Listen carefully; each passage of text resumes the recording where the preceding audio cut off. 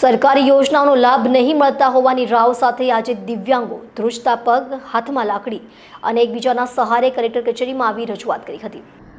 દિવ્યાંગોને અધિકારીઓ સરકારી લાભ નહીં અપાવતા હોવાની ફરિયાદ ઉઠી છે।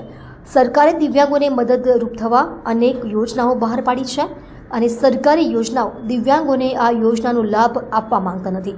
આજે સુરતમાં કલેક્ટર કચેરી ખાતે દિવ્યાંગો પહોંચ્યા હતા। અંત્યોદય યોજના અંતર્ગત અધિકારીઓ લાભ ન આપતા હોવાની દિવ્યાંગોએ રજૂઆત કરી હતી। ધ્રુજતા પગ, હાથમાં લાકડી અને એકબીજાના સહારે કલેક્ટર કચેરીમાં આવી દિવ્યાંગોએ જિલ્લા કલેક્ટરની રજૂઆત કરી હતી। દિવ્યાંગોએ જણાવ્યું કે સરકાર યોજના બહાર પાડે છે પરંતુ અધિકારીઓ તેનો લાભ આપતા નથી। હસમુખભાઈ ચોપડા। હસમુખભાઈ ક્યાં આવ્યા છો અને શા માટે? અમે કલેક્ટર કચેરી આવ્યા છીએ। દિવ્યાંગોને જે અંત્યોદય અને બીપીએલ કાર્ડ યોજનાનો લાભ મળવો જોઈએ નથી મળતો। રજૂઆત કરવા છતાં 5-5, 6-6 મહિના થઈ ગયા અને એ ઓન પેપર જ છે। એનો અમલ કરાવવા માટે થઈને અમે અહીંયા આવ્યા છીએ।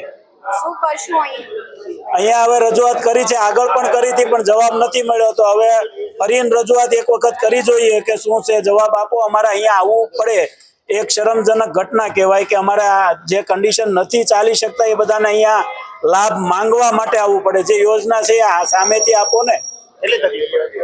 અમારે ચાલવામાં જો બધાને જાણે જ છે કે દિવ્યાંગોને કેટલી અગવડતા પડે। એ આખા સુરતમાંથી બધેથી દરેક ઝોનમાંથી અહીંયા આવ્યા છે, તો એને કેટલી પડે એ તમે મીડિયા લોકો જાણી શકો છો કે કોઈના સહારા વગર ના ચાલી શકે એને અહીંયા આવવું પડે।